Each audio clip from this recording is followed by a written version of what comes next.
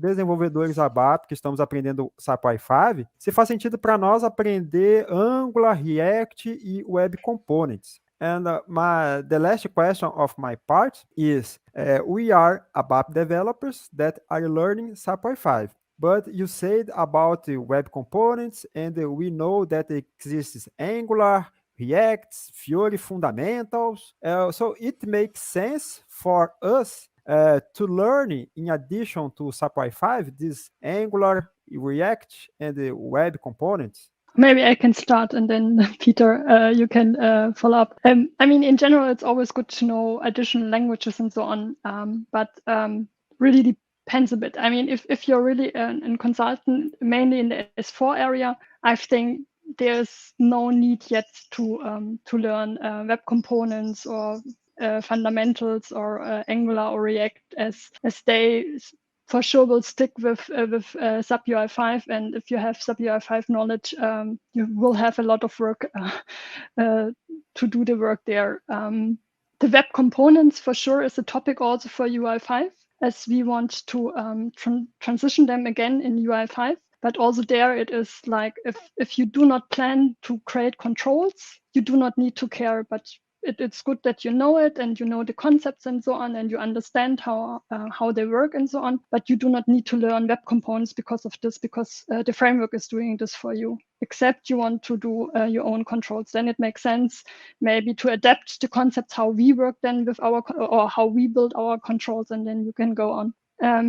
With other controls or with Angular and React, my personal advice would be, it's similar with languages, no? I mean, if you start to learn a new language, you should stick first to one and be proper in that one, and then maybe go to the next one. Then, so you should decide on which one you want to go. And as they are all JavaScript languages, if you do too much in parallel, you get confused, no? Then you think, oh, okay, in Angular it's there, and in React I have to do it this, and in UI5 I had to do it that, and that does not make sense. Then you really have to think about which path you want to go. And what I hear also from my colleagues and also friends working with other frameworks is that if you like Angular, people normally hate React and the other way around, because the it's a very opinionated thing.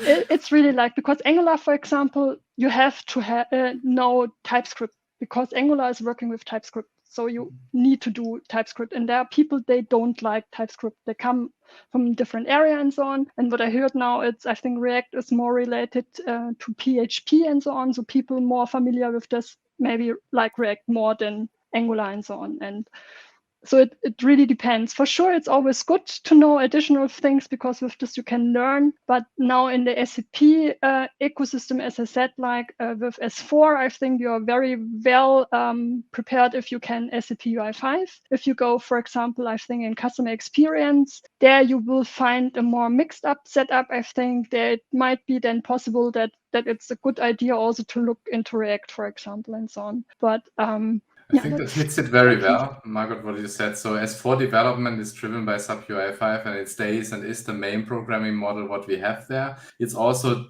the programming model if it comes to this RUB or CUP stuff, because we have these connectivity parts and Fiori elements and all the things which can be easily put on top. And I think there is nothing at the moment available which can compare with that on that level.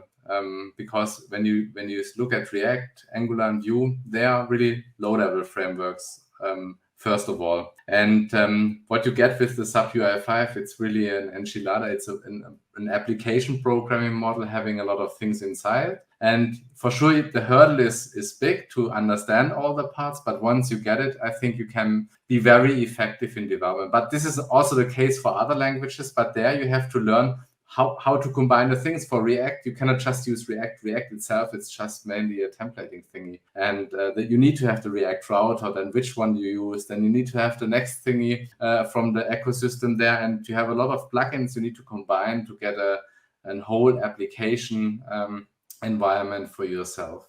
But for us, I would say, or my point of view is always stay curious, look into the things, because if you know how they work, you can compare them and you know what is good on the one hand side and what is good on the other hand side. I personally also look in these frameworks because I want to also look what can we improve also for UI5 in one or the other place in our programming model. What can we evolve? And I would say also one thing people really like is the modern way of developing apps, the TypeScript thingy with imports and ES classes. This is one thing we are also accepted and we are looking to go ahead. But in order to make parts of our UI5 framework available for all the technologies to achieve at least the reuse of foundation parts of our framework is to move the web components in this low-level layer, the UI elements what we have, that they can be used with Angular, React, Vue, or whatever framework will comes. We will make it best of class integrated in the UI5 world again. And in future, there may be also other stuff reusable from the UI5 framework. You may have listened to one or the other keynotes I made when I talk about modular core. I want to make the core